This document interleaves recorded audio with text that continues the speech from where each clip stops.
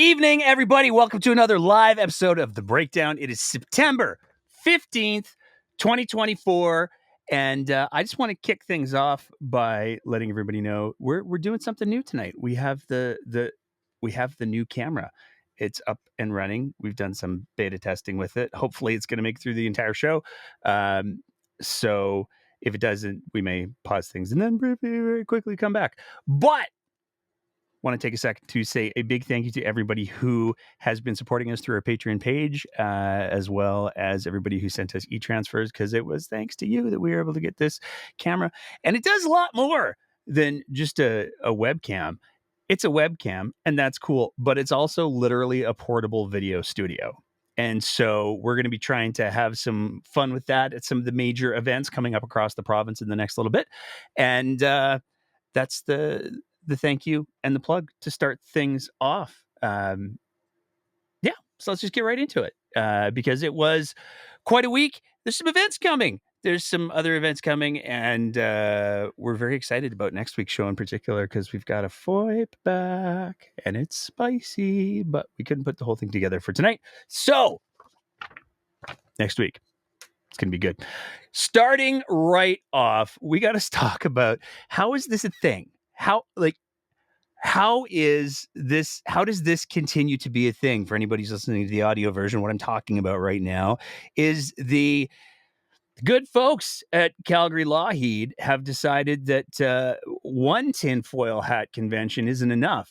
We need at least two. Apparently, they're doing an ongoing series now, which is super horrifying. For anybody who's unfamiliar, the last injection of truth, air quotes, event that Calgary Lougheed put on was a bunch of largely discredited physicians, non-oncologists. I think there was a veterinarian, and they were talking about COVID. The COVID, we just can't let it go. And apparently they're following up with a second one. This one is called Injection of Truth Part 2. It happens Monday, October 28th. And this one has a subtitle.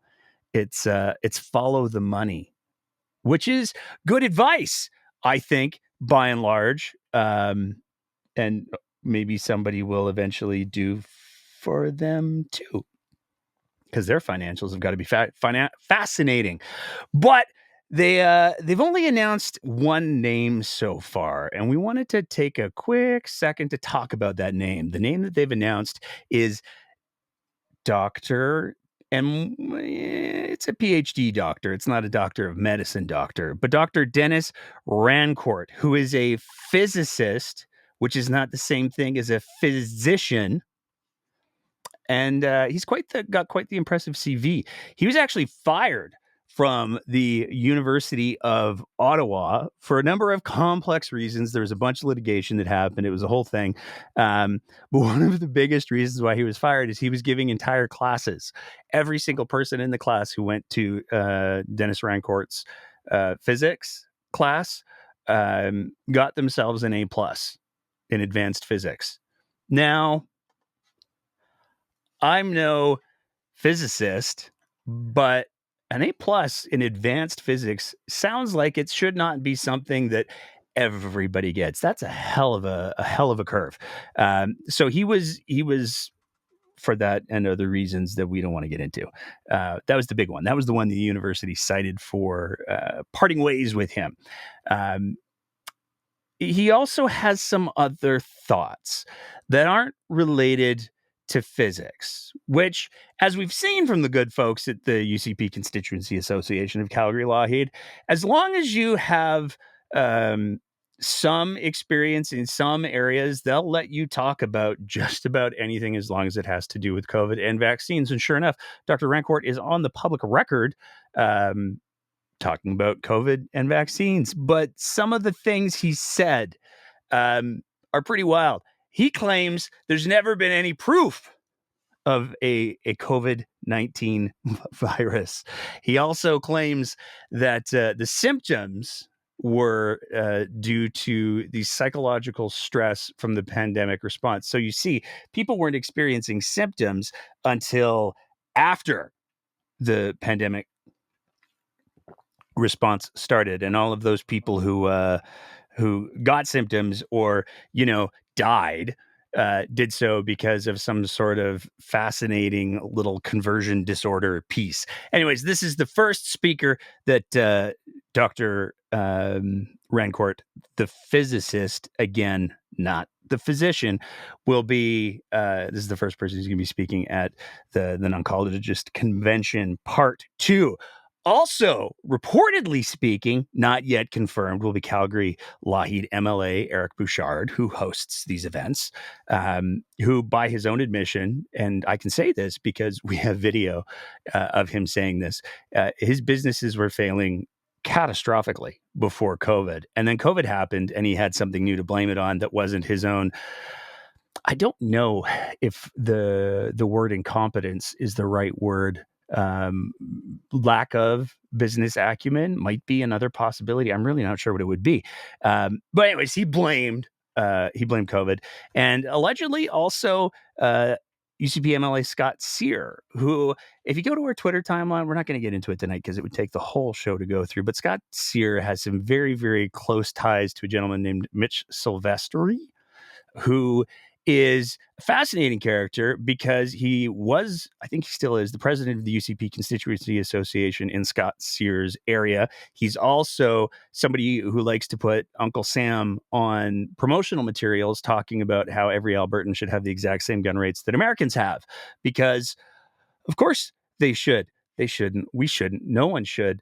Those gun things get kids killed. So let's not do those. And he's also super tight with Take Back Alberta. He's been identified as a Take Back Alberta captain. They moved away from the belts, apparently, as soon as David Parker moved away from the province. So, do with that what you will. Some fascinating court developments happened this week. We're going to start with the Coutts convictions, the sentencing of some, not all, but some of the Coutts conspirators. Anthony Olenek was given 6 years for possession of the firearms conviction. He was given a concurrent 6-month sentence for mischief, an additional 6 months for possession of a pipe bomb. So there's some legalese that we got to break down there. Concurrent means you're serving it at the same time. So you can have 20 concurrent 6-year sentences, and the maximum that you'll serve is 6 years because you're serving them concurrently. If you were going to be serving them consecutively, then they would add up on top of each other. So it's a concurrent sentence, not as exciting as a lot of people thought it was. Chris Carbert. I'm going to do the Colbert report. Chris Carbert was given 6.5 years for the firearms offense and a concurrent 6-month term for mischief. From the story, both Olenek and Carbert used the blockade as a last stand against police, the judge said in his sentencing decision. They knew they were actively participating in something that was illegal, but they didn't care because they thought their cause had been worthy. He added, the law does not allow people to take the law into their own hands. Now, there's some other sentencing that's still upcoming, maybe a little bit delayed. Apparently, the sentencing hearing for none other than Marco Van Hogenbos has been delayed. His lawyer isn't his lawyer anymore. Marco put up a tweet earlier, and there's no date for the sentencing, so don't warm up the popcorn just yet. Moving on from there, it's amazing that this guy keeps popping up in the public ether. We did not Photoshop this picture. This is from his Twitter. We're talking, of course, about former Justice Minister, former Minister of Health, and inciter of many physicians, Tyler Shandro. He's got a new gig. Got a little bit of media attention this week because there's some questions and potentially some concerns about what his new gig. And so we're talking about an organization called Santis Health. It was touted. They did a whole release a little while ago where they talked about the fact that Tyler Shandro, Alberta's former Minister of Health, joins Santis Health. And they talk about how they're looking forward to Tyler contributing his broad depth of experience in both public law and public sector to Santis. And then this is where I don't know. I feel like maybe they should talk to some physicians before they do their little press release here. As an elected official, his track record of enacting change within the healthcare system is a testament to his effective leadership, engagement, and this is the line I love, bias for action, which will help Santis clients tremendously. Now, well, you're probably wondering, well, what does all this mean? There's not a whole lot of clear definition as to what he's going to be doing, but the bio on the Santis website now says, as a senior advisor, Tyler serves as an advisor to the Santis team and its clients on key initiatives in the areas of health policy. Here's the important part: government relations and stakeholder engagement. Now, there are some people who have, rightfully or wrongly, raised some concerns about the government relations piece, because Tyler has some other gigs that he does. One of those gigs is he's on the board for Covenant Health. Covenant Health is who Danielle Smith has kind of identified as the organization that she's looking to take over hospitals in the province of Alberta. She's talked about the fact that AHS, maybe they can't do the hospital things so well, so maybe we need to give it to Covenant Health. We did a whole deep dive on that a couple of episodes ago. Definitely worth taking a listen to, because Covenant Health's track record is actually arguably worse. They have, in fact, closed ERs on multiple occasions, and they have also capped patients, where they've said that their hospitals are simply not going to accept any more patients, which again isn't great. So there's that too. Tyler Shandro is on the board of that organization, and he's now working for a company where his big roles are going to be health policy, government relations, and stakeholder engagement. So no conflict there. Moving on from there. I'm going to walk this little line as carefully as I can, because former Justice Minister Jonathan Dennis was found guilty in a hearing with the Law Society of Alberta. This has been a bit of an ongoing saga where Mr. Dennis was brought up on allegations from a couple of different folks. And it's worth taking a look at what those allegations are, because it tapers into a broader story that the Western Standard, the good folks at the Western Standard, who always make sure they're telling the story in the best, most accurate way possible. They did a little narrative. We're going to talk about that in a sec. But when we're talking about Jonathan Dennis, in the first count, Dennis was accused of acting in a conflict of interest when he represented two families of two teenage girls. One was the driver. The other one was the passenger. And they had been involved in a car crash. Now, this is where it gets kind of weird. After the crash, one of the girls, the driver, her dad apparently got Jonathan Dennis as a lawyer to deal with the whole situation.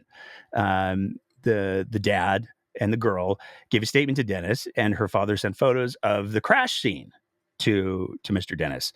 And then they didn't hear very much, other than there was apparently a reply. Months after that initial meeting, Dennis served that family that he was initially representing with a lawsuit on behalf of the passenger. So the allegation was, in effect, that he had kind of hopped clients to choose the best one, like porridge, but more morally complicated, perhaps, than porridge. In the second citation, he was accused of threatening a woman's employment on behalf of a client. That client had dated her. Reading from the story, after the woman learned she'd been dating one of Dennis' clients, after the woman learned the man that she'd been dating, one of Dennis's clients, was married, she contacted the wife to let her know about the husband's infidelity. Dennis then sent a cease and desist email to the woman, and this is where it gets tricky, folks, threatening to tell her employer she had violated its code of conduct. The Law Society of Alberta found that the two emails to the woman from Dennis contain clear evidence that Mr. Dennis twice made a threat. The act is clear, said the committee. If the complaint is justified, should it be made, not threatened. Can't be making threats to advance a legal case, because if the person's doing something that's demonstrably legitimately bad, then you have to follow through on the complaint, because otherwise you're just using the complaint for leverage, which would be really, really bad. So there's that. But the Western Standard didn't take very long at all to hop on the subject. Corey Morgan, who does not like us very much. He has us blocked on all the things. He wrote an editorial. Industry associations are crushing careers on behalf of the left. I want to take a sec to read from this prose that Mr. Morgan offered. The same vindictive and vicious leftists have learned that if they threaten the careers of conservatives through complaints to professional associations, and they are using that tool as a means of political intimidation. Many people with strong views may choose to keep their views to themselves for fear of complaints to their associations. This is not a healthy development in a democracy. So this goes back to, I mean, first of all, let's be clear. When we're talking about professional associations and governing bodies, self-regulating bodies, we're not talking about associations in the context of, we're not talking about these things in the context of organizations that are just clubs. These are serious bodies that are designed to regulate the institutions that they're responsible for. When we're talking about those institutions, they're governed by legislation. They're not just ad hoc things that are thrown together. And so when we're talking about the situation with regulatory bodies and the accusation that the left are the ones that are contacting regulatory bodies to try to influence and intimidate, boy, one sure would hope that Mr. Corey Morgan would be absolutely certain that it hasn't been the right that's been doing that. And it looks like we're experiencing our first technical difficulties of the night. So we're going to pause for just a quick second while we switch back to our old camera, and we will be right back. So for all of you in the chat, talk amongst yourselves. To all of you in the spaces, we'll be back in just a sec. We had to go to our backup camera real quick in order to make the things work again.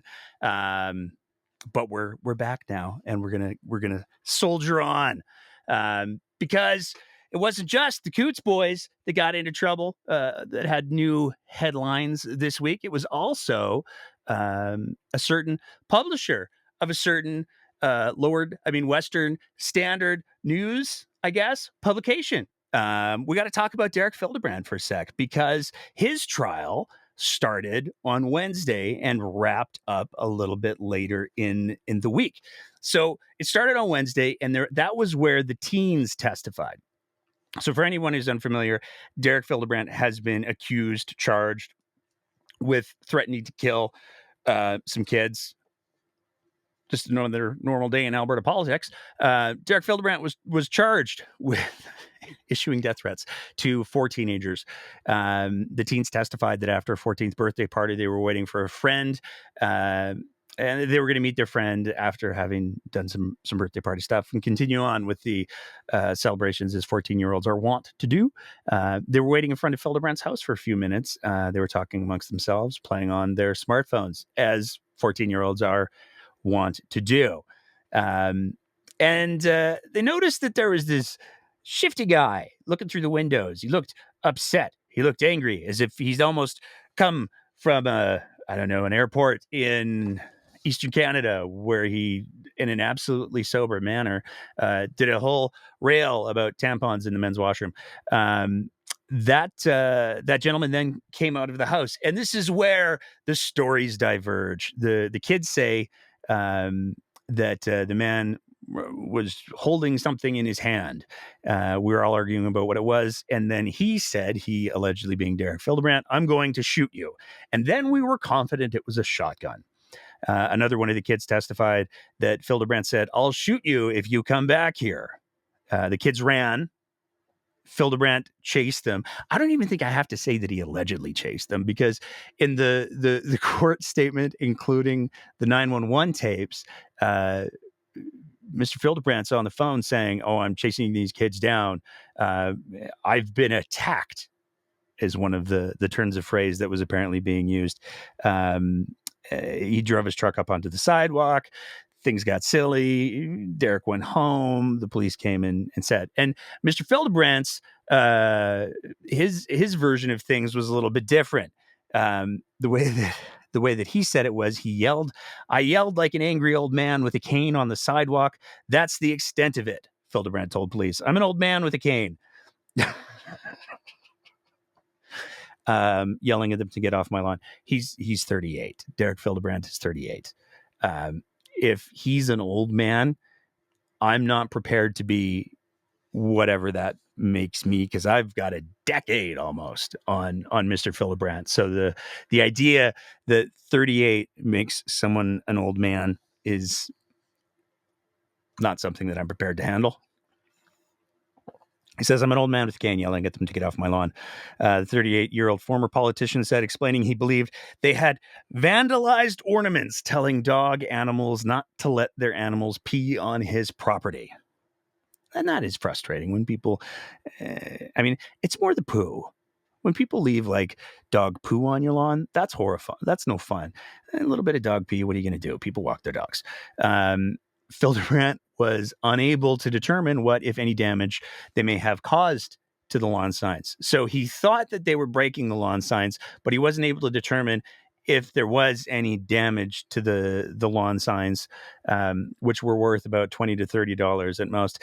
And, isn't it just a case that if you're going to threaten to kill children, it should be over something that's worth at least more than $10 to $15. The $20 to $30 range, clearly, that is a range that is acceptable to threaten to kill children over, allegedly. That's despite the fact that Derek Fildebrandt told a 911 dispatcher from the driver's seat of the truck. So he's on the phone as he's chasing these kids down in his pickup truck that he was under attack. In retrospect, he admitted the term was overly strong language. Now, this is where the Western Standard starts to Western Standard a little bit, because their first article on September 11th had the headline, "Court Hears Teens Felt Threatened by Cave-Waving Fildebrandt."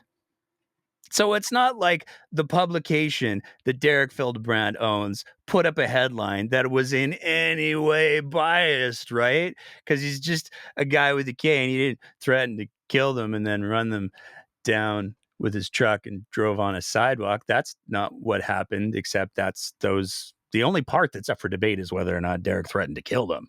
The fact that he chased him down in a truck, that is known. That's something that everybody agrees to. The fact that he drove up on the sidewalk. There's even doorbell cam footage of the truck driving and the kids running. So it's not like it's just, oh, these kids felt threatened by the cane. I feel like they probably felt threatened by the "I'm going to shoot you," allegedly, and then the getting into the pickup truck and chasing them down. But that was the only story they ran. They also ran a story that was, the headline was a little bit more objective. Western Standard publisher Fildebrandt takes stand in his own defense at uttering threats trial. And this is where my favorite part of the testimony comes in, because Fildebrandt said he told police that he was doing a Grandpa Simpson routine and shaking his fist and the cane in question. And that's funny for a whole lot of reasons, because he's 38. He's not even 40 yet. He is so far from his Denny's discount, it's laughable. But he's also trying to make a pop culture reference that just doesn't land, because you can go back and watch any episodes of The Simpsons, and Grandpa Simpson, Abe, he doesn't use a cane. So there's that too. But that wasn't the only drama that Derek had this week, because there's not to say that Derek has a predilection for making threats to try to get his way. Absolutely not saying that. But he did tweet this, where he said earlier today, Charles Rusnell, who is a very well-known, very well-respected investigative journalist, formerly worked for the CBC, now does a lot of work for the Tyee, tweeted a statement that implied that the Western Standard accepted the Trudeau's government media subsidy. The allegation is false. Now, let's just unpack that for a sec.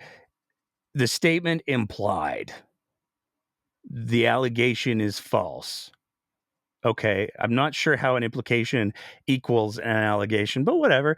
Western Standard VP Operations, Jimmy Bianchi is the Twitter handle for James Fildebrandt, who is the VP Operations. I don't know why we have those two different. The name is so disassociated from the Twitter handle for an organization that thrives on transparency. Responded shortly after advising that the tweet was false and suggesting that it be deleted. Rusnell's reply was, "LOL. Our reputation is important to us, so our external legal counsel has sent Charles a retraction demand, and if the demand is not met, we will be filing a claim and the record will be corrected." Now, the tweet has been deleted. The implication, which was very clearly a joke, because what the tweet referenced was an event which is complicated for a whole lot of different reasons. One of them is it's being hosted by the Rebel. The other one is the keynote speaker is Premier Danielle Smith. So she's the keynote speaker at a for-profit event for a fairly far right-wing entertainment, by Ezra Levant's own admission, publication. And if you want to go to the tickets to the event, which has a secret location, because drama, I guess, they have a couple of different prices. One of them is mainstream Trudeau-funded media pass, $500. And in effect, not getting the words exactly right, but in effect, what Mr. Rusnell had tweeted was, I guess, the Western Standard's paying the $500 because they're state-funded media. Now, Derek apparently and Mr. Bianchi, I don't know, they want to make it very clear to everyone that they are absolutely not state-funded, at least not by Trudeau. And this is where it gets really, really interesting and honestly kind of fun for us, because as we have made clear on multiple different episodes of the show, and asked for comment from Mr. Bianchi, Finkbeiner, I don't know. We've never gotten a response from him. We had two little tweets that we put up and tagged Derek in today, asking if he wanted to provide some context or comment for how it's not okay to accept the state funding from Mr. Trudeau, but it is okay to accept two sole source contracts that each are worth roughly $20,000, almost $40,000 in there. But the bigger question, and the one that we've never been able to get an answer to, because we did do a FWIPE on it, is the Western Standard has also run multiple advertising campaigns for the government of Alberta. We FWIPed all of those. We got a list of all of them, multiple different ministries. They had ones that they did with mental health. They had ones that they did for the Winter Games. They had ones they did for the Treasury Board. They had ones they did for the Ministry of Energy and Minerals. So the Western Standard is very, very comfortable, it appears, taking money, taxpayers' money, state funding from the right sources. And that's all that the Rusnell thing was. It was very clearly, to anybody with a very basic reading comprehension, a joke. But what's not funny is, again, we have asked Derek 2 times in the last 36, 48 hours if he would be willing to be transparent, because transparency and integrity is everything to their business model. If he'd be willing to take out the little blurred out bits on the FOIPs that we got with the amount of money that the Western Standard got from those advertising campaigns for the government of Alberta after Danielle Smith, their former employee, business associate. I'm not quite sure how that arrangement worked. after she became premier. He just won't answer us, though. It's all very confusing. But the Rebel isn't the only folks that are doing a live event, which brings us to our next little piece. Danielle Smith is going to be doing a provincial address. The address to the province, September 17th at 6:50. So you can bet it's going to be exactly 10 minutes. And there's been a lot of speculation as to what's going to be going on. What's Danny going to be addressing? She's alluded to a couple of things. The big one that she's alluded to is schools.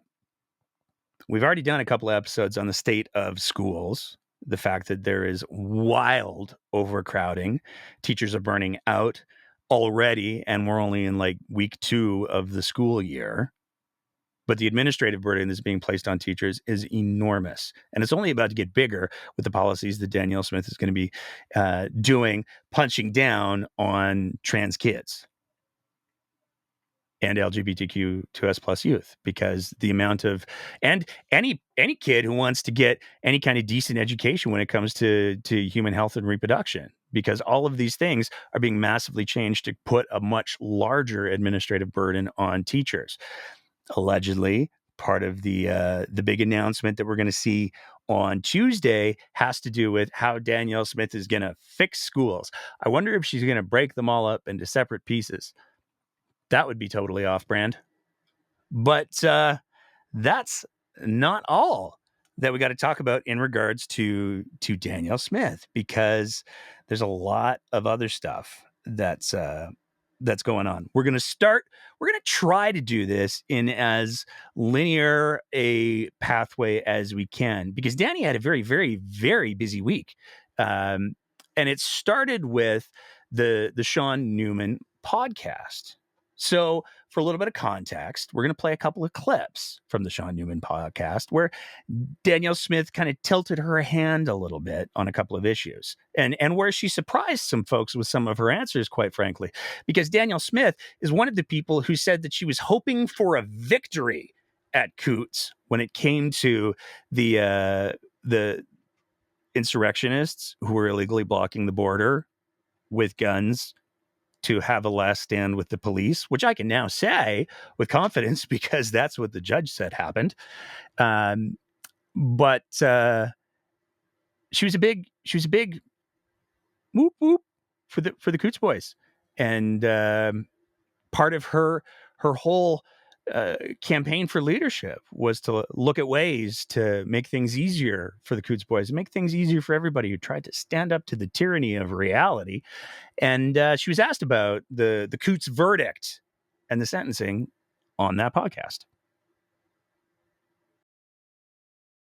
And the decision this week. Well, look, I mean, I wasn't in the courtroom. I didn't see the evidence. It was a jury of their peers, which I think is important, because a jury trial is sacrosanct in our country and in our province. And they looked at the evidence, rejected some of the charges, and accepted some of the others. And so that's where we find ourselves. I think we've got to support the process, because that is, I think everybody wants to be able to know that if they're facing any kind of criminal justice issue, that a jury of their peers will be who they go before. And that's what the outcome was. So I don't want to judge what the jury saw, why they came to the verdict that they did, but I think people should feel some confidence that the jury trial system is an important part of our process, and that's the outcome then. Which is quite the pivot. And it's also pretty wild that Danielle Smith would try to say, hey, I don't know, I haven't been following it at all, you guys. I definitely haven't been getting any sort of emails or correspondence or anything like that from any of the people that were involved, or their friends or their families. I haven't seen anything like that. I don't know what went on in the courtroom. I haven't been doing anything to stay abreast of it. So, the important thing is, given that I don't know anything about that situation at all, it was a jury of their peers. So, what are you going to do? Which is, in a sense, the right answer, because they had a fair trial. A jury of their peers convicted them. A judge sentenced them. That's how the system is supposed to work. It's a little disingenuous, though, because again, Danielle Smith made a lot of promises in the leadership race. And she talked about how closely she was following the whole situation at Coutts. And then all of a sudden to turn around and to say to all of the Take Back Alberta people, oh, hey, you know what? I just can't keep up. I've been so busy. The multiple vacations, they just take so much of your time. That's a pretty bold choice. It's the technically legally correct thing to say, but again, it's a little disingenuous. But that was just the start of the complexities that played out on that show. News out of bringing up. Not true. None of it's true? Not true. None of it? Look, how can I talk about making sure that everyone has the right to accept or refuse medical treatment and then go that direction? I believe in choice. And importantly, I believe in the right to be able to say no to a medical intervention, including not being able to say no to a vaccine. And that is what our guiding principle going into it. And so that's what people will see. Now, a lot to unpack there, because the LifeSite News article, we talked about it on our last episode, and it had a lot to do with an article that came out of this online website called LifeSite News, where they cited an MLA speaking with them. They cited two high-level people in the UCP speaking with them and talking about what was going to come forward in the Alberta Bill of Rights. And this on top of the fact that Danielle Smith is moving people over, moving at least one hospital over and threatening to move other hospitals over from the public system of Alberta Health Services to the private-ish, religiously run hospital system. And there's been a lot of concerns that have come up in regards to women's access to reproductive care, women's access to health care. And one of the defenses that has been marched out is, hey, you know what? It's not that big of a deal because really we only do emergency hospital or emergency abortions in the AHS facilities. So, I mean, that's pretty rare that would even become an issue. Elective abortions, where a woman is exercising her right to choose, or chosen abortions would probably be a better way to say it. Those are really only done in two clinics in Alberta. So, it's not like Covenant not providing these services is going to make a big dent, except, yes, it is. Because as was reported in the Cochrane Eagle, there's actually a lot of examples where the amount of abortions are no longer being done via surgical procedures, the classic abortions that most people visualize. 25 to 40% of abortions are now performed using medication rather than surgical interventions. And AHS confirmed to the Cochrane Eagle that, yeah, those medications do get prescribed at AHS facilities and at AHS hospitals. So to say, well, the elective, the choice abortions, those are only done in the clinics, is not accurate. The article went on to say, notably, the North, Central, and South zones accounted for 20% of total mifgimizo, I'm saying that so badly, doses, which is the abortion drug that's in question here, dispensed in 2023. A spokesperson for AHS confirmed in an email the drug is available in its facilities. Mifgimizo is available on the AHS formulary for clinicians to use in clinically appropriate situations, such as medical termination of second trimester pregnancies. The drug is also used in the treatment of miscarriage. That is a drug that a lot of people are very concerned Covenant Health would not be providing. So there's a lot of communications gamesmanship that's going on in regards to the abortion conversation in the province of Alberta. But the reality is simply this: the more hospitals that Covenant Health takes over, the less access women will have to abortion, period. But Danielle Smith went on because she wasn't just talking about the LifeSite News article. She had some thoughts that she wanted to share about immigration, because the last time she was on the Sean Newman podcast, she threw out some pretty big numbers in regards to her immigration goals for the province of Alberta. To double, and you could tell I wasn't ready for that. I was like, what? And then we talk about that, and then that exploded, and then you went on the Western Standard and talked about it and everything else. You still want Alberta to grow to 10 million? People, and I should clarify this question, as a ton of people who listen to the podcast are like, you got to follow up on this. Look, I mean, you have to put things into context. A couple things I would say is what frustrates me is Quebec has more political power than we do. And you can see it right now. François Blanchet. Oh, Blanchet, yes. Wanting to form a partnership with the Liberals to prop them up so he can extort more money out of Alberta. That infuriates me. And the reason they are able to get away with that is because Quebec has double our population. So my thinking is if we had more population, we'd have more political clout. That was sort of the context of it. So Danielle Smith was very clear that what she wants to see is if we have a bigger population in Alberta, then we'll have more representation in the country. So if we just really, really, really populate Alberta with, apparently, as we'll see over the next couple of minutes, the right kind of people, then we'll be able to have all the political influence in Canada that we want.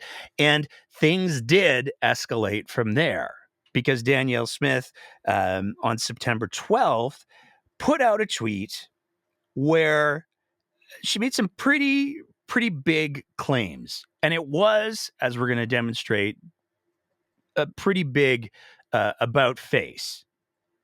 So the full statement was, Alberta's government is opposed to the federal government's plan to relocate tens of thousands of asylum claimants to Alberta, especially without any financial assistance to support the province in doing so.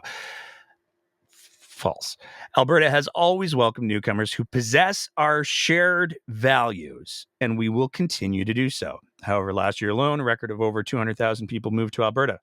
That's like adding 2 near Red Deer-sized cities in just 1 year. Although Alberta represents only 11.8% of the Canadian population, we are currently supporting approximately 22%, over 70,000, of Ukrainian evacuees who arrived in Canada. Section 95, because you know it's about jurisdiction with her, of the Constitution is clear. Immigration is an area of shared authority between the federal government and the provinces. Yet the Trudeau government's unrestrained open border policies, permitting well over 1 million newcomers each year into Canada, is causing significant challenges, and it's simply not sustainable. Excessive levels of immigration to this province is increasing the cost of living and strains public services for everyone.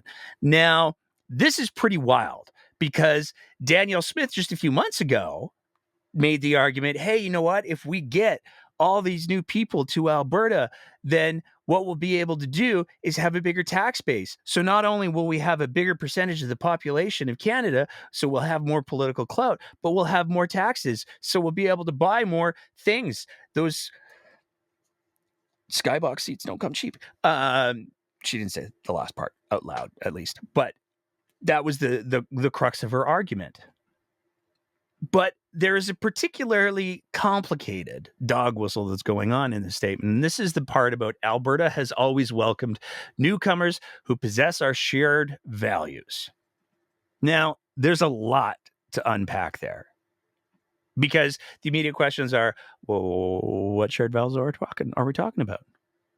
Because when you take a look at the diaspora of Alberta, there's a lot of shared values that aren't actually all that shared. And you don't have to look much farther than the COVID-19 pandemic and the stories that we talked about earlier. There are people who believe that they are above the law. There are people who believe that they can take the law into their own hands. That is a violation on the most base level of something called social contract, which is the idea that if you live in a society and you get the benefits of living in that society, you also agree to follow the rules of that society. Now, that doesn't mean that you have to accept the rules blindly. You can use the mechanisms that exist within that society to change the rules. You can write new legislation. You can challenge things in court. All of those levers exist for people to pull on, but you don't get to just spontaneously say, I'm going to take over a border because I want to. We saw that there wasn't that many shared values when it came to the COVID response, particularly the longer periods of the COVID response, because people got tired and people got frustrated, and they were worried more about what they wanted to do and whether or not some people were worried more about what they wanted and what they were able to do. Like, I really, really want to go to my Boston Pizza. So the notion that there is some sort of ironclad definition of shared values is a little complex. The premier herself tried to interfere in the administration of justice. She tried to influence an investigation that was going on. Is that a shared value of Albertans? Is going to skyboxes and changing the rules around what sort of gifts politicians and staffers can accept so they can get access to the most prestigious events in the most prestigious of ways, so that they can potentially be influenced, so they can be exposed to conflicts of interest. Is that a shared value of Albertans? But that's not really what that line is about. That line is a dog whistle. And it's a dog whistle that leans on tropes surrounding xenophobia, fears of immigrants, fears of the other. And it's quite frankly appalling that that sort of messaging would come out of the premier's office. And it's hypocritical too, because as was pointed out by the Minister of Immigration, Refugees, and Citizenship, Mark Miller, in March, Danielle Smith sent a letter to the federal government saying that she wanted to increase immigration. She said that because Alberta's labor market continues to grow to show strength, we needed more workers to come to the province. She celebrated the substantive number of Ukrainian refugees. She talked about the fact that there was a lack of opportunity for those temporary residents to gain permanent residency and continue to live and work in Alberta. She requested a further 10,000 allocations for Ukrainian refugees, in addition to the 20,000 the province was already seeking for economic needs. So Danielle Smith made the argument that Alberta needed more approval for more Ukrainian refugees to work in the province of Alberta because it's what the economy demanded. But now that she's got a leadership review, she's leaning into all of the ridiculous tropes that exist around the immigration conversation. And as we'll see as we go through the Your Province, Your Premier shit show that we're about to wade into, she leaned into it even harder. Because that brings us to Saturday. And on Saturday, Danielle Smith appeared on her Your Province, Your Premier, and there was quite a bit of conversation that went on. Now, a lot of this has to do with the Green Line, and there's a couple of things that we want to highlight really quick before we get into the actual clips from Your Province, Your Premier. There are a lot of people who are deeply, deeply concerned about how the government of Alberta made a promise at the beginning of August that the funding for the Green Line, 100% secure. The city of Calgary could bank on it. And then a month later, they pulled the plug out with little to no warning whatsoever. Now, there's been a bunch of statements that have been issued, but one of the most compelling ones comes from the Calgary Construction Association. And they released this statement on September 5th. The provincial government's decision to unilaterally claw back funding for the Green Line LRT sets a concerning precedent for all future infrastructure projects across Alberta. This move sends a clear signal that no project, regardless of its scope or significance, is safe from unexpected funding cuts. The resulting uncertainty introduces a huge element of risk for contractors and businesses involved in provincial projects, undermining confidence in the stability and the reliability of government commitments. If this trend continues, it could jeopardize future investments, delay critical infrastructure developments, and hinder economic recovery efforts across the province. Now, Danielle Smith spoke to this on September 11th in a scrum. This piece of video was captured by Adam McVicker. To doing is asking an engineering firm to give us an alternate route. See, if we start at where the event center is going to be, also with a future Union Station in mind. How far south can we go? How much would it cost, and how do we get there? And then let's talk about using, I've committed to the mayor that once we get that back, we'll bring it to them and see if they're committed to continuing to partner with us on that. We've reached out to our federal counterparts as well to let them know that that's the approach that we would like to take. And then the second phase of that, we'll see what would be the alignment for us to be able to serve North Calgary as well. And it may be that using the Deerfoot Valley on the route to the airport and then further up to Airdrie, which is one of the things we want to do using the existing CP rail line, maybe that's the best way to serve North Calgary. I think we have to keep an open mind. So a couple of things that Danny said, though, that is important to pay attention to. The first one is she doesn't want the Green Line running from downtown proper anymore. She wants it running from the events center. So she wants a train that runs from the events center all the way down to Seaton. And there are some interests in that project that we do have to talk about, because Danielle Smith does, her former employer prior to working for the UCP as leader and Premier of Alberta, her former employer was a group called the Alberta Enterprise Group. And there were a lot of folks who had deeply vested interests in making sure that the arena deal went forward. So given that, it's a little bit of a, so all of your corporate besties that used to sign your checks, they're going to get a train directly from the event center all the way down to South Calgary. Now, the other thing that's important to take out of that clip is Danielle Smith makes it very, very clear. She now views the Green Line not as one contiguous project connecting North Calgary to South Calgary. She now views it as two separate projects entirely. And she's also very clear in that clip, and in more to come, that, maybe it doesn't even have to be like an LRT for North Calgary. Maybe it could just be like a train. Maybe we could just share the rail lines with CP Rail, because they've got space and aren't busy at all. Didn't we just have a whole thing about how catastrophic interruptions to the rail system would be? I can't remember. Oh, wait. Yes, I can. Yes, we did. But Danny wants to put passenger trains running back and forth from North Calgary to at least the core, wink, on those rail lines, which is a pretty wild approach. And it also is pretty wild that Danny would start leading into the, hey, the rail system's the way to go, because she just finished getting in hot water about her husband being invited to a secret meeting, as documented by Charles Russell, who we talked around earlier, in the Tyee, where documents demonstrated that David Beretta, Danielle Smith's husband, attended a government meeting about a $2.6 billion rail proposal. So Danielle Smith is bringing her husband into meetings that he has no business being in about massive infrastructure projects. And now she wants to pivot transit within the city of Calgary to trains.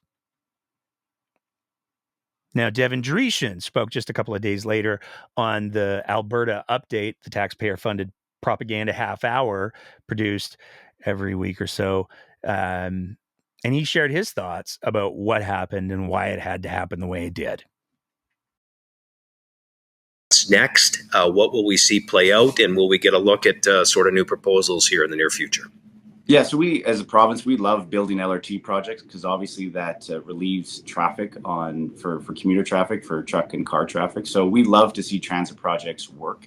We've been working with the City of Calgary on the Blue Line that'll eventually connect into the Calgary Airport. We've worked with the City of Edmonton on their LRT projects.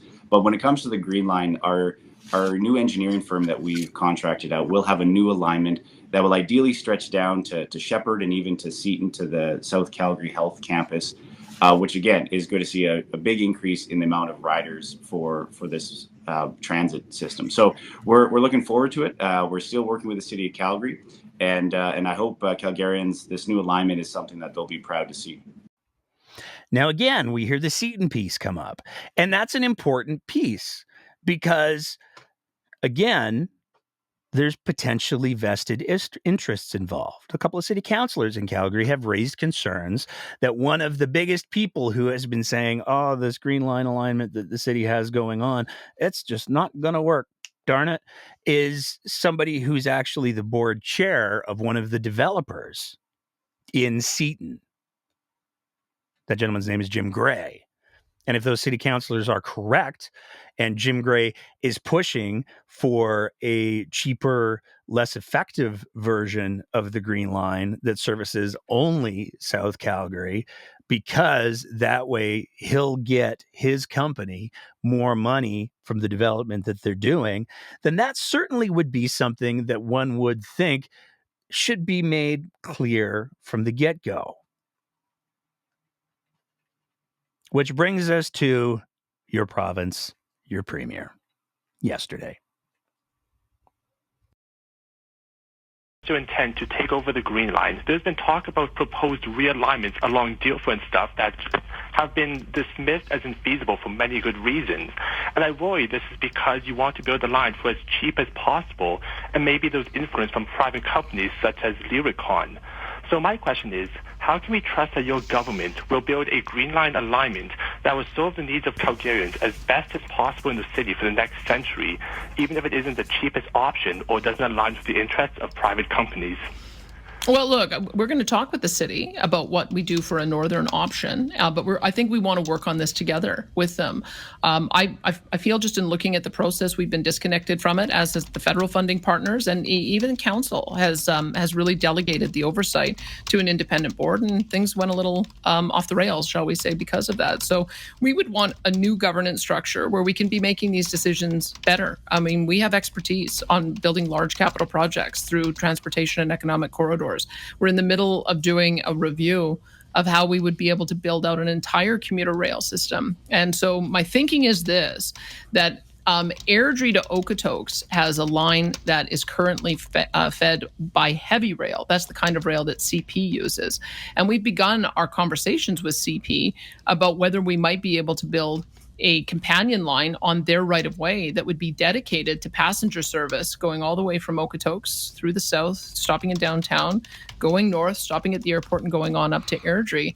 And that may be the way that we serve the south or the north, if we're able to bring in a number of different feeder buses and park-in rides. That may be a good option that's more cost-effective. I don't want to rule that out as an option. But the first step is going to be a re-engineered look at how we can build the South Line all the way out to Seton, which was what was promised to to Calgarians, and that was what we're working on doing.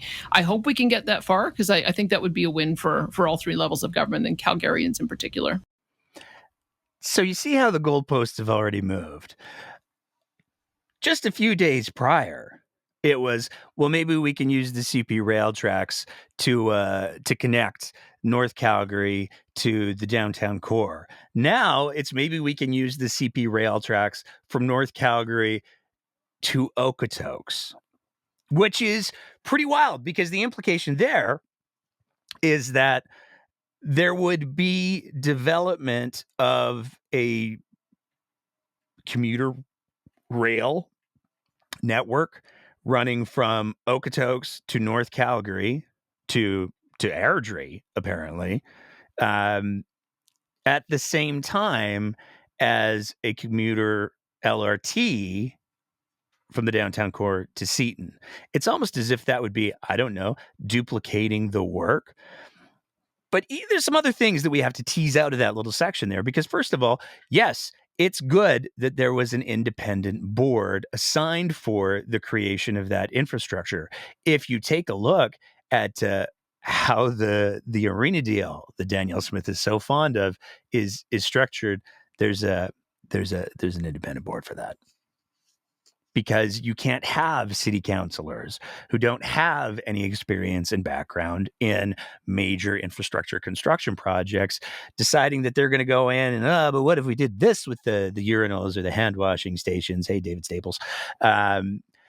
What if we made these changes? You can't have that interference.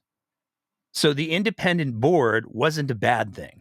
And again, as has been documented many times, I referenced this last week. If you haven't listened to the Sprawls episode on the Green Line, you really, really should, because the vast majority of the increase in costs came from the fact that the UCP under Kenny did exactly what the UCP under Danielle Smith is doing. They decided that they wanted to do a completely independent review. They delayed the project, and because they delayed the project, all sorts of costs went up. So, to be clear, the province of Alberta is doing the exact same thing that jacked up the prices on the Green Line that they did before. But that was just the first clip about the Green Line. Were held with provincial officials over the years, to my understanding. Reportedly, no concerns raised. So, again, why pull the rug out from the project now, go back to the drawing board now on a new route and put the entire project at risk? If the province had concerns, why not issue them, raise them before funding was approved, which included the downtown tunnels? You know, we did. We told them no initially. This is when Rick McIver initially looked at it, and he said, look, we can't do this if you're not going to connect in with the existing system. And so they came back with a proposal that was shorter, included the existing system. And we said, there's going to be cost overruns here. And they said, don't worry, we'll pay for all the cost overruns. All we'll ask you for is $1.5 billion. At which point Rick said, okay, if you're prepared to take the risk of a cost overrun, it's all yours. And then, 5 minutes later, when the cost overrun was materialized, they came back asking to share in our costs. So look, I mean, at some point, someone had to say, this is not a viable project the way it's being proposed. It was a 46-kilometer route that was initially proposed for about $4.5 billion. Now it's a little stub of a line, 9 kilometers that goes from nowhere to nowhere, $6.5 billion. If you look at the per kilometer basis, if it ever did get built out to 44 kilometers or 46 kilometers, it would be a $20 billion build. And I have to ask Calgarians, is that what you signed up for? Are you prepared to spend that amount of money on a single project because of the over-engineering that's required downtown? We don't think so. And so we think we can find a better way to do it. Now, there's a whole lot of, grade A Danielle Smith condescension going on in that clip. It wasn't 5 minutes later. The oversimplification of, 2 years of COVID and the review that Rick McIver forced on the project. If it was 5 minutes later, Kenny would still be premier. I don't think Danielle Smith would be happy with that. But there's a couple of other things that she does in there that are some pretty dirty communication tools. The first piece is she ignores all of the infrastructure build that has already been done. Again, we talked about this last week. We talked about the land that has been purchased and cleared. We talked about the tunnels that have been built. We talked about how existing projects like the Glenmore Trail expansion were done specifically with the Green Line in mind. So there's a lot of infrastructure pieces that have already been moved into place.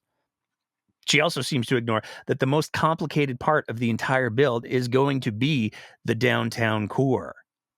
There's no getting around that. So to try to say, if you take a look at a per kilometer cost, this is going to be a $20 billion project. It's just going to go nuts. That is a level of hyperbole that is unnecessary, and it's profoundly misleading. And all too often, it is becoming exactly what people expect from the premier of the province. She's good at hyperbole. She's good at exaggeration. The problem is that she does it so consistently and so often. There are some people who believe her. There are people who don't take that step back and go, but wait a second, if the most complicated part of the Green Line is going to be building through the downtown core, and that's where all of the really, really technical challenges are going to happen, then once you get out of the downtown core into the area where the city's already procured and cleared a lot of land, things should go a whole lot easier. If you don't have people who aren't well versed enough in the project to say exactly what I just said there, then what Danielle Smith says sounds perfectly reasonable. But what she's doing is manipulating people's ignorance of the project in order to try to bolster her case, which is, to be clear, already been investigated. As many people have already pointed out, going up the Red Deer Valley not only is hopelessly ineffective because nobody lives there. So if you want to talk about building a commuter line to nowhere, Danny, going up the Red Deer Valley is a much more effective way of building a line to nowhere. Because one of the things that's critically important when it comes to people being able to access public transit is reducing the barriers to entry. And if you tell someone that the only way that they're going to be able to get on a train, a literal commuter train, not an LRT, but a literal commuter train that's somehow magically sharing lines with CP Rail, which also would have some fascinating jurisdictional issues, they got to go on a bus first, and then they got to go to another terminal, and then they got to go to the train place, and then they got to go to where they want to go. And maybe there's a stop in downtown. Maybe there's not a stop in between North Calgary and downtown. It gets all very confusing very, very quickly. But it doesn't work. It's been studied. This was part of the proposals that have been looked at on multiple occasions, and every single time it's come back, these are not effective options.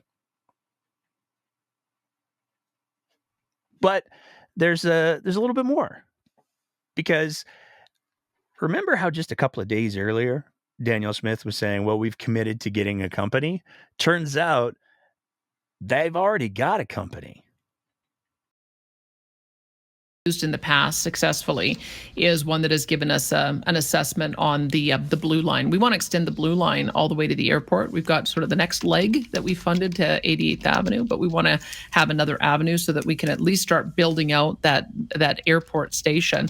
But they are going to take a look at this. And look, I mean, I share Calgarians' aspiration. It'd be wonderful to have a northern leg of our LRT system that goes up to 160th, as well as a southern leg that goes down to Seton. The question is, does it all have to be one line? Can you have a different terminal point? Look at them as two separate projects. That's what we're asking. We're saying, if we started where the event center is going to be and a downtown Union Station that gathers everybody in one place so that they can go on to the other lines, how far south could we go?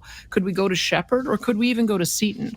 And then let's have another conversation about an alignment if we were to go north. And this is where the communications crafting is really starting to shine through, because what Danielle Smith wants to see is not a contiguous line that goes all the way from North Calgary to South Calgary. That's not what she wants. What she really, really wants is that Grand Central Station. She wants that Union Station where you can have the mixing of all of the different lines and that train to Banff. So what Danielle Smith appears to be doing, it wouldn't be unreasonable to speculate that what Danielle Smith is doing is, in order to make sure that her buddy Jim Gray gets his line down to Seton, and in order to make sure that the Lyricon Capital folks who are pushing for the project of running a commuter train out to Banff get what they want, the entire central point has to be that Grand Union Station. Because without that Grand Union Station, without that, all of a sudden the Banff Trail falls apart. The Banff train falls apart real fast.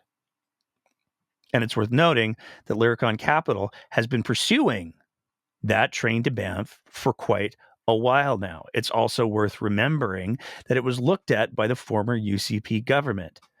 And the minister at the time, Prasad Panda, said there is no business case for this.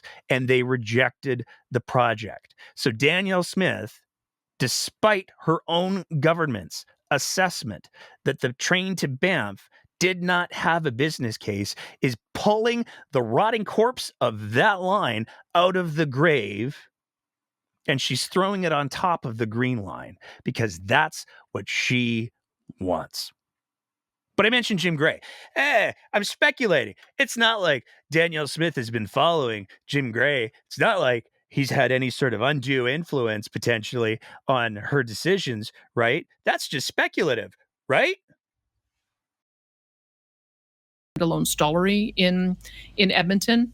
And that's vitally important because to get kids care, Jim Gray and that Green Line group that he's put together, they had hired their own engineers saying that there was no way it was ever going to be built for $4.4 billion. And I've been watching their work for some time. And so when it got to a point where clearly the costs were escalating and we aren't going to see an end in sight, I just thought, you know what, we've got to regroup and rethink this. The approach I would like to take in future for these mega projects is I would like to see, if we're going to have three parties funding it, then maybe three parties need to be at the table for oversight, because then we can troubleshoot along the way. I seem to recall back in the Dave Brown-Kanye era, someone told me that in the construction of the West Leg, he was meeting every single week with the project leads on that, troubleshooting along the way, making sure that there was direct oversight from his office. And you may have to have him on to give his opinions if he's willing to give them. But that to me is the kind of the direction I want to go on a lot of our infrastructure. Is I just frankly, it's sort of trust but verify. You want to make sure that the experts are able to do the work in the engineering, but if there are things that we can modify along the way, I think we need to have that better political oversight. So we'll be looking at seeing if we can develop a new approach once we get the report back on the south leg of the Green Line LRT, but I'd be looking to be quite a bit more involved than we were in the past. So let's be clear. She has been following the work of Jim Gray. It has influenced her decision-making process. As the good folks at City Council have already pointed out, there's maybe a little bit of a bias there that could be a little bit problematic. But there's also some other pieces that are really problematic in there, because what Danielle Smith, there's two pieces that appears Danielle Smith can't quite wrap her head around. The first one is doing a light rail transit line from the center of Calgary to the deep south is a lot more complicated than, I don't know, getting your kitchen redone or doing a new addition to the house. Yes, in those projects, and maybe you decide you want to change the cabinet color. Maybe you decide you want to go with a nice granite countertop. There's lots of little options that you can change along the way. But when you're talking about an infrastructure project, the size that we're talking about, there's no real room for politicians to come in and go, well, what if we did this? Well, what if we did this? And this is one of the fundamental problems that Danielle Smith has demonstrated that she possesses over and over and over again. She has a deep unwillingness to listen to the experts, because if she thinks she knows better, then that's the ballgame. And that's really unfortunate, because there's nothing wrong with recognizing expertise where it exists and letting the experts do those things. But the question came up as well, why is it that we are funding, as taxpayers across the province, by the way, so this isn't just Calgarians who are funding the arena deal, why is it that the money exists for the province, taxpayers across Alberta, to pay for the arena deal, but there's no money for the Green Line? And it's in this clip that Danielle Smith really demonstrates how little she understands about what public transit is and why it's so important. Green Line, while you do have money for the corporate welfare handout for the Flames. A couple of things then.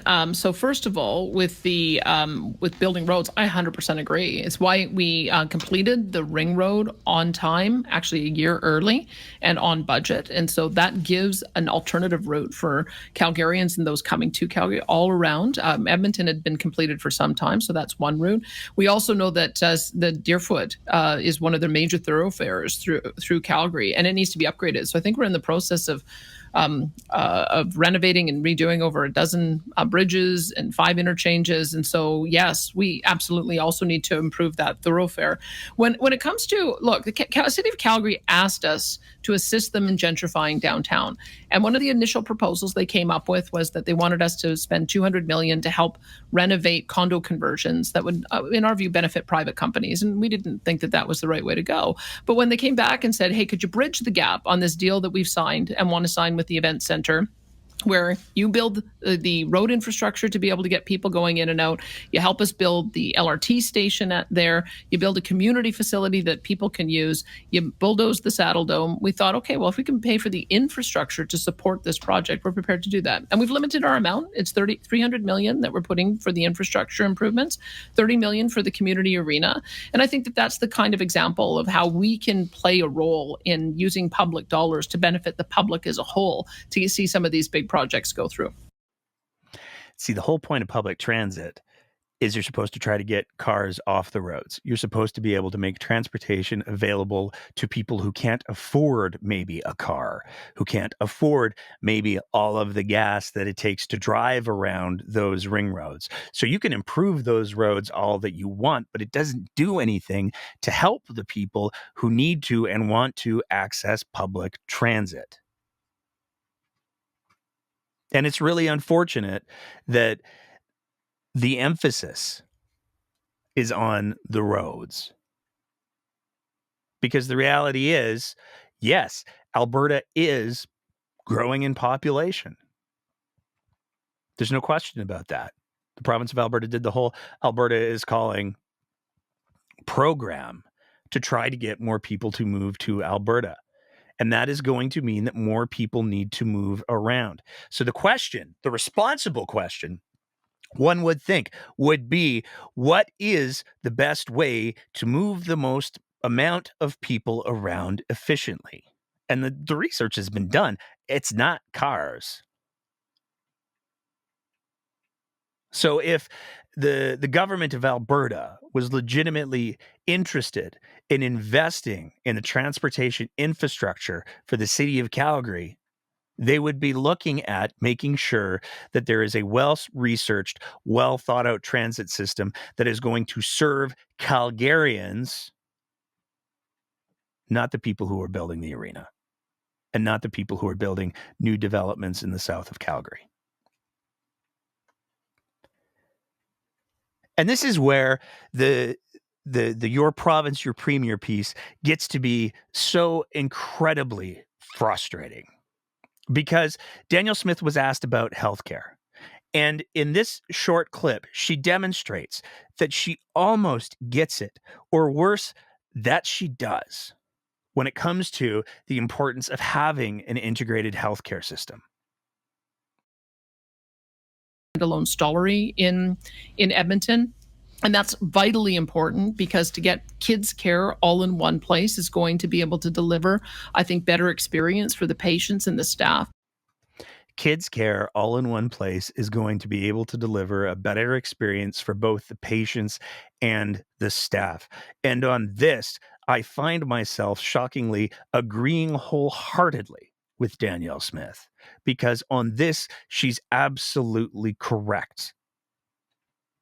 Having an integrated system where people are able to access all of the different healthcare services that they need in one place reduces barriers.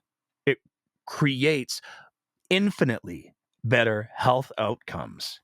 It creates infinitely better work environments for the people who are delivering that healthcare.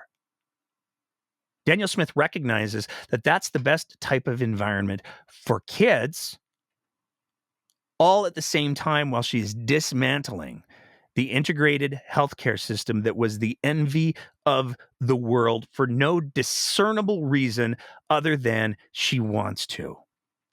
And this is where the questions really start to have to be asked about what are her motivations for doing that.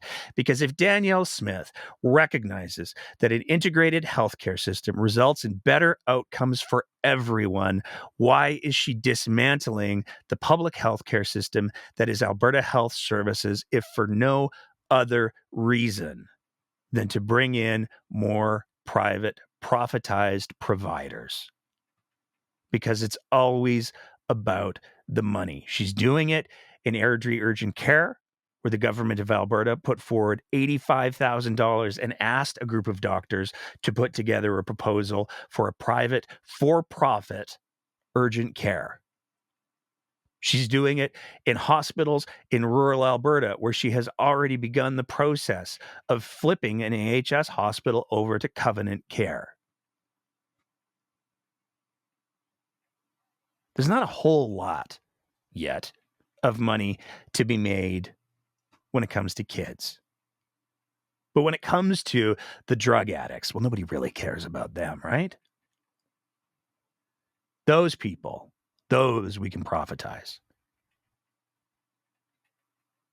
But there's other groups that Danielle Smith is entirely comfortable punching down on, because she was asked about her shared values comment. You're taking heat over that.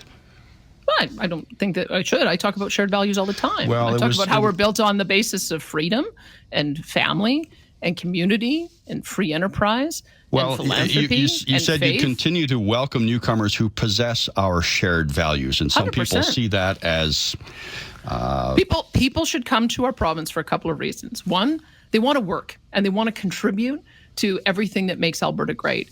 And number two, we believe that people who come to our country want to leave the conflicts of their home country behind so that they can build a new life here. That shouldn't be something that is unusual. That's something that we actually embrace as a country. That's the reason why we have such support for a high level of newcomers here. And I think it's the reason why we have a lot of peace in Alberta, is because we do have those shared values. They're enshrined in the Charter of Rights and Freedoms. They're enshrined in our Alberta Bill of Rights.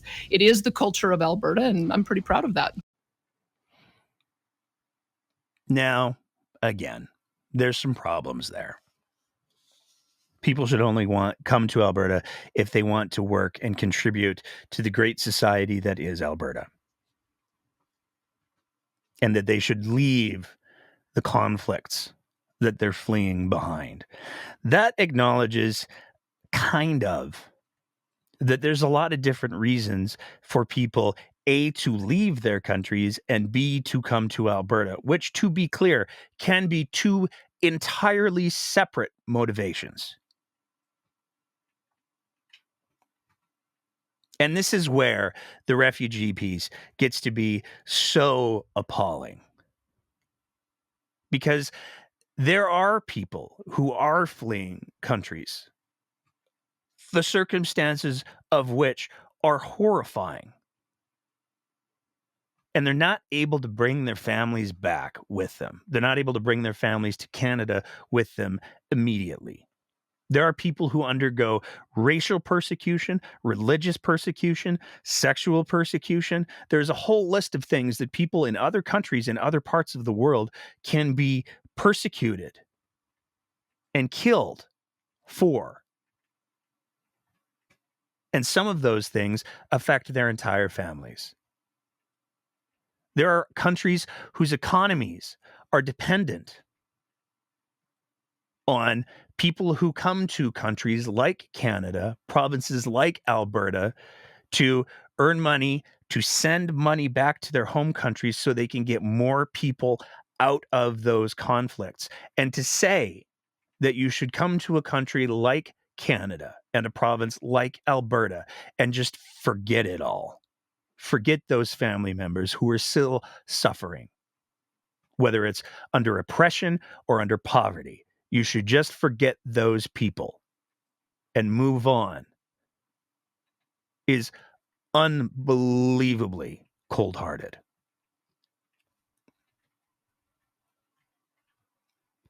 It also ignores the fact that there are people who come to Canada and Alberta as refugees who do so, and they can't just leave the trauma of what they experienced in their countries of origin behind. That trauma has become a part of them. And this is one of the reasons that international laws about accepting refugees exist. Because some people experience so much trauma that it's going to take them years to extricate themselves from it.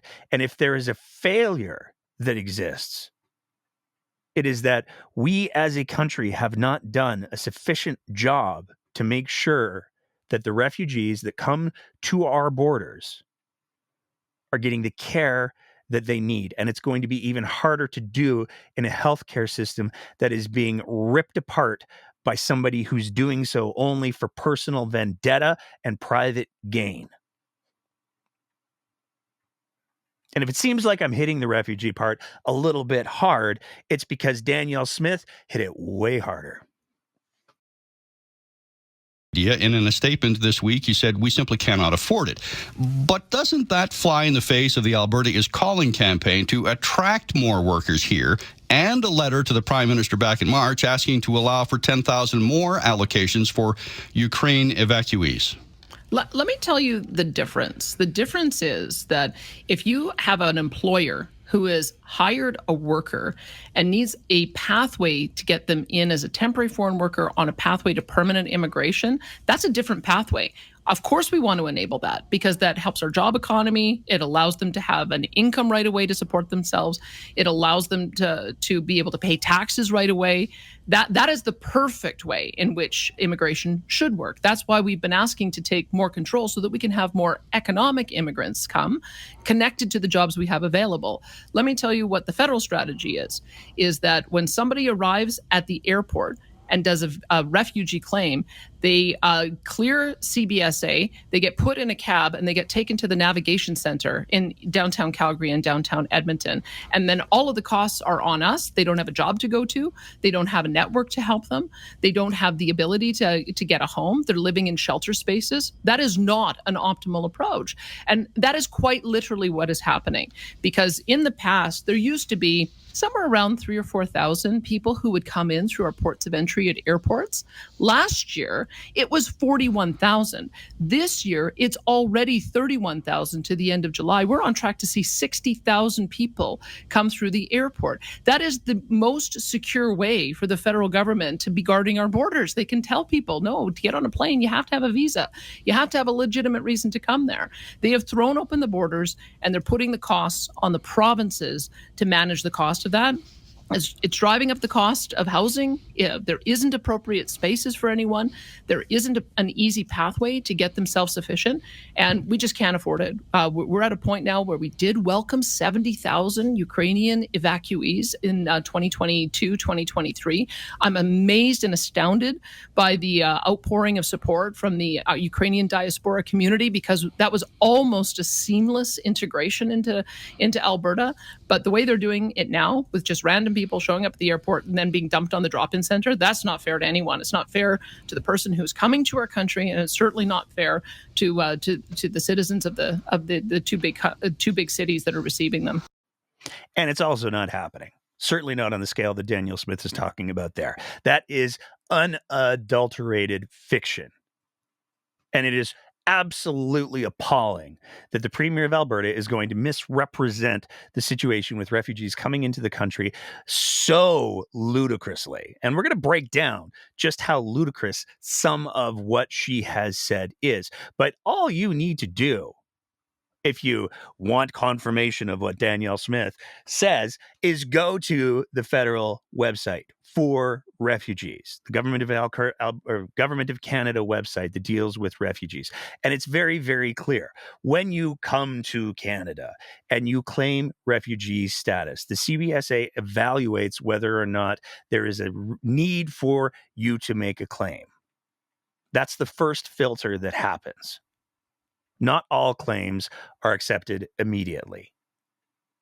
And if you do make a claim, there's still the whole hearing process that has to happen. But in the interim, if you don't have social supports, if you don't have medical needs, or if you have medical needs that need to be met, there are a variety of federal programs that provide health care, that do provide social supports. So it's incredibly disingenuous and dishonest for Danielle Smith to make the claim that every single person who comes to the Calgary airport and makes a refugee claim, they just get processed, thrown in a cab, taken down to the DI. That's simply not what happens. It's simply not true.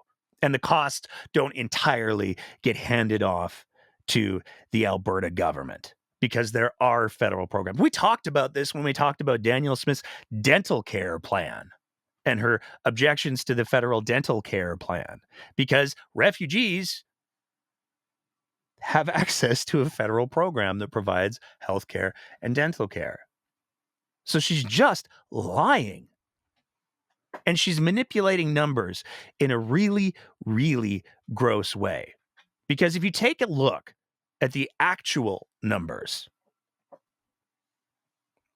for the number of people who are accessing refugee claims through different ports of entry,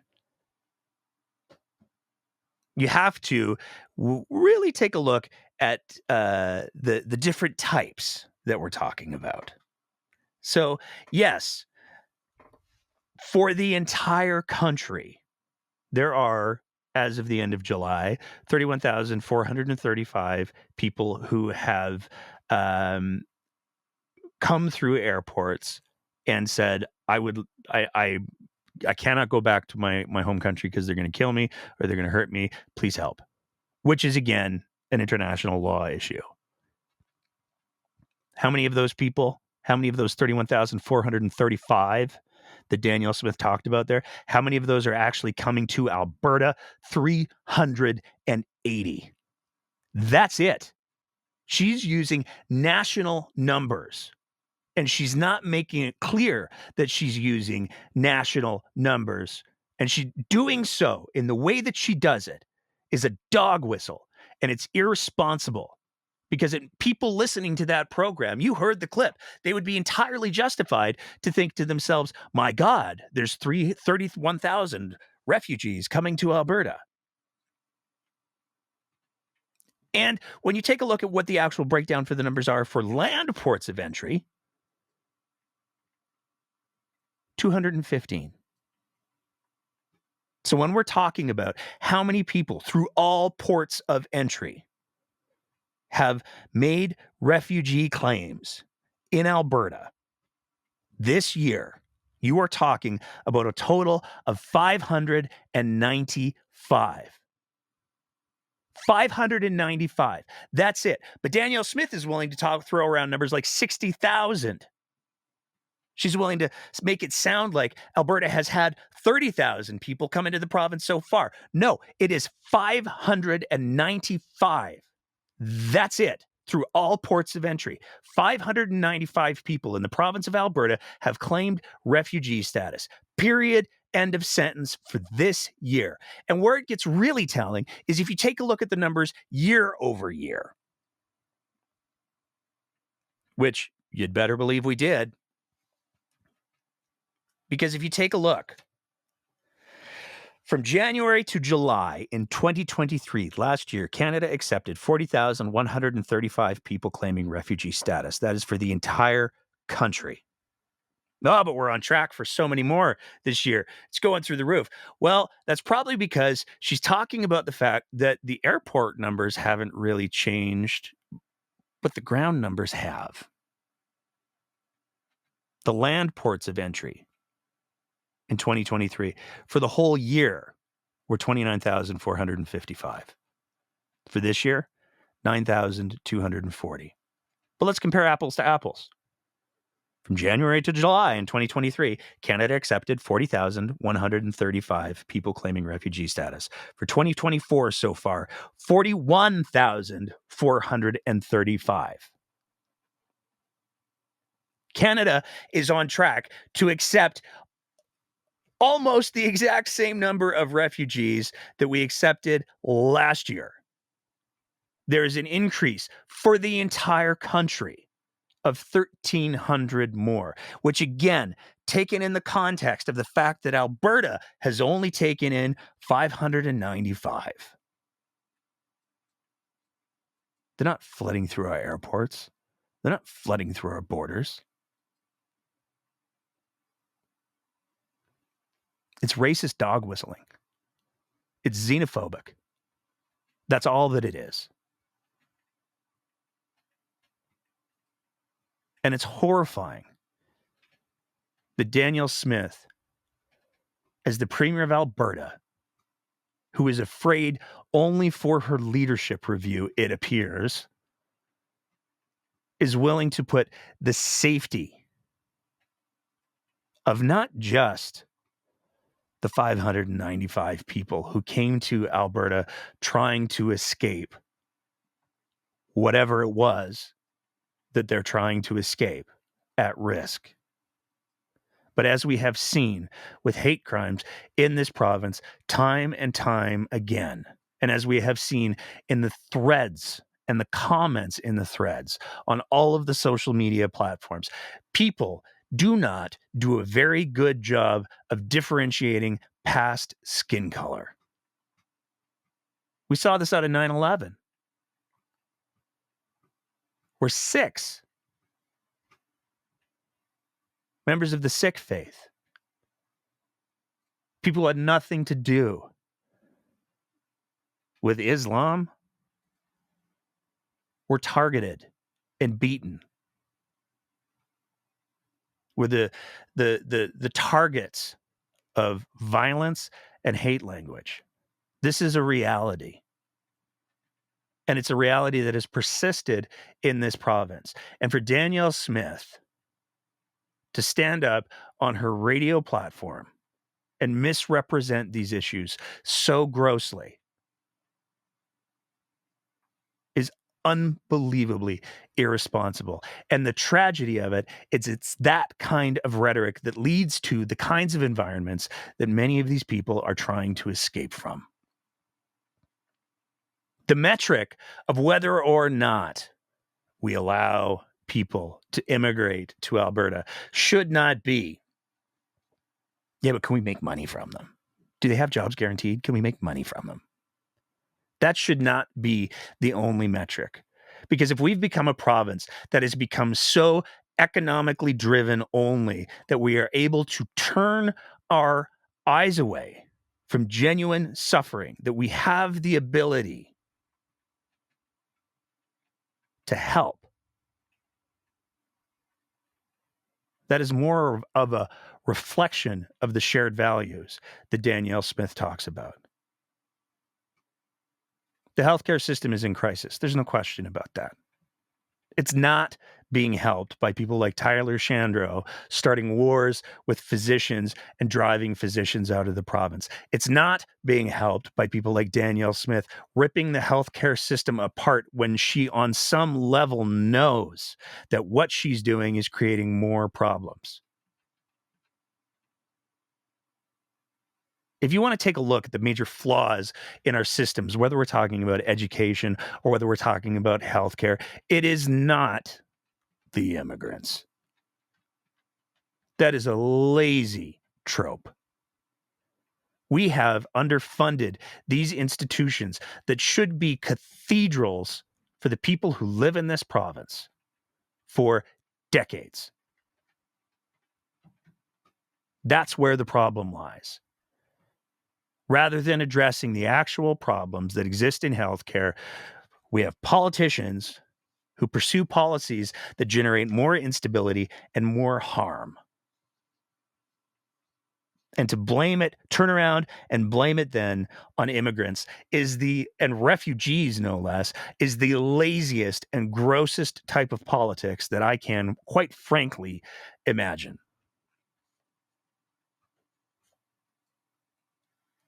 All of that being said, another one of those breakdown hard pivots. We got one little correction that we got issued from last week's show, because we talked about Danielle Smith and the fact that she made a lot of promises, ironically, to the Muslim population, many of whom in the room that she made the promises to were new Canadians, new Albertans. She made promises. She promised that she would make sure that there were Muslim holidays, Islamic holidays, would be recognized by the province of Alberta, and that people would be able to take the day off with pay in order to recognize their religious holidays. She hasn't delivered on that. She made a bunch of promises in regards to bringing in halal mortgages and the Sharia law within institutions to support them, and she hasn't done that. There's a lot of argument. We made the argument that she probably hasn't done it in the way that she said because she doesn't need to, because there are halal companies that exist. One of those companies, we used some old information on last week's show. We said that every single mortgages were signed by the Al Rashid Mosque. They actually have an overriding agreement, a fatwa or a religious law declaration from the Al Azhar. So the Al Azhar Fatwa Committee has taken a look at how that organization does business, and they've said, yeah, no, they're good, they're covered. So we were not entirely, we were using old information when we said that every single mortgage was looked at by the Al Rashid Mosque. That's how it started. They now have this decree from the Al Azhar committee. And so there's that. Our bad. Sorry. Moving on from there, and we're going to open it up to the open mic segment in a section here. So if you have something to say about anything that we talked about on the show tonight, then you can jump in on the Twitter Spaces, and you can raise your hand over there and share your thoughts. But before we get to that part, I'm going to do the obligatory plugs. We're going to figure out the camera problem for next week's show, because we got a couple things that we're really looking forward to talking to about next week's show, because we got a FOIP back. That's a spicy little FOIP it is. But in order to explain it, we need a chunk of time. So hopefully this week in politics will be boring so that we can dedicate 20 minutes next week to putting that whole thing in the appropriate context. But this is where we do the plug and the thank yous, because we're able to do the FOIPs that we do and get the new pieces of tech that inevitably take 2 or 3 iterations to figure out, because of the support that we get from our Patreon sponsors. So if you appreciate the kind of content that we're trying to produce here, you can sign up to be one of our Patreon supporters at www.patreon.com/thebreakdownab, where you can do the small monthly subscription that helps us do what we do. Alternatively, if you're not into the long-term commitments, then we do also have the ability to accept e-transfers now. You can send those to info@thebreakdownab.ca, because they let us get the cameras that come with a learning curve and file all of the FOIPs that we do. And we have a couple other FOIP irons in the fire that we're looking forward to getting back, that will cause, I'm sure, some consternation from some folks in some powerful positions. But yeah, that's the financial plugs and stuffs. And with that, we're going to call this the end of the episode, because we're getting dangerously close to Lord of the Rings territory again. Probably going to break this into 2 parts for the audio. I have to do some editing to clean up the camera failure anyways, so we'll do that too. I want to say a big thank you to everybody who was listening live or watching live tonight. I want to say a huge thank you to the chat. I love the back and forth and the little microcosm that goes on over there, and I love the fact that every once in a while somebody throws something in there to make sure that they're holding me accountable. So thank you for everything you're doing, chat. Love you. I want to say a big thank you to everybody who's in on Spaces, especially our 2 speakers. Good to have Tammy and Cassandra both back. And again, big thanks to the Patreon supporters. If you enjoyed this episode, if you're listening to the audio version, leave a review. Do the rating thing with the stars, because there's every once in a while somebody says mean things about us, and it apparently hurts how many ears we get into or something. I'm not entirely sure how it works. I'm not that bright, but if you leave a review, that helps. And if you're watching on the YouTubes, if you're watching live or if you're watching it after the fact, then thank you for sitting through 2.5 hours of our content. But also make sure that you hit the like, subscribe, share with your friends. So I'll alienate your families for you. You don't have to do that. I'm tired and getting punchy. So we're going to wrap it up there. I am going to, though, keep the tradition going that we stepped away from, but we got back to last week before we wrap it up. Here's your little moment of happy. I tend to be pretty trusting. How's your BS detector evolved over time? I tend to be pretty trusting. I can't think of a single clip on the internet that I will consistently laugh at like that. And it just gives me that second nod. It just gives me such a little dopamine bump. It's delightful. Thanks for tuning in tonight, everybody. Thanks for listening or watching or doing all of the things. Next week, actually, no, I got to do the plugs because we got us a conversation coming up on Wednesday. We sat down with two of the folks from Hold My Hand, and brace yourself, y'all. We go to some places, and it gets pretty. I think we're going to have to put a trigger warning legit on this because some of the things that our guests shared in the conversation got pretty intense. But if you care about education in Alberta, particularly if you care about equity in education in Alberta, boy, this is a conversation that you do not want to miss. It is. It's something else. It's every once in a while we do an episode where I just have to take a breather after it. And this was absolutely one of them. That'll be up for our Patreon sponsors tomorrow. And it will be up on all of our places, live streaming on Wednesday night at 8:00. We will be back next Sunday. We're going to have our FOIP update / reveal. It's spicy and fun. And yes, the government appears to be very corrupt, is what I'll say. But you got to wait till Sunday now. See, I'm building dramatic tension. It's all very exciting. In the meantime, and in between time, let's hope for a relatively quiet week in Alberta politics. We will see you on Wednesday for that conversation with Hold My Hand, and we'll be back here next Sunday for another live roundup of Alberta politics. In the meantime and in between time, take care of each other. Keep the conversation going.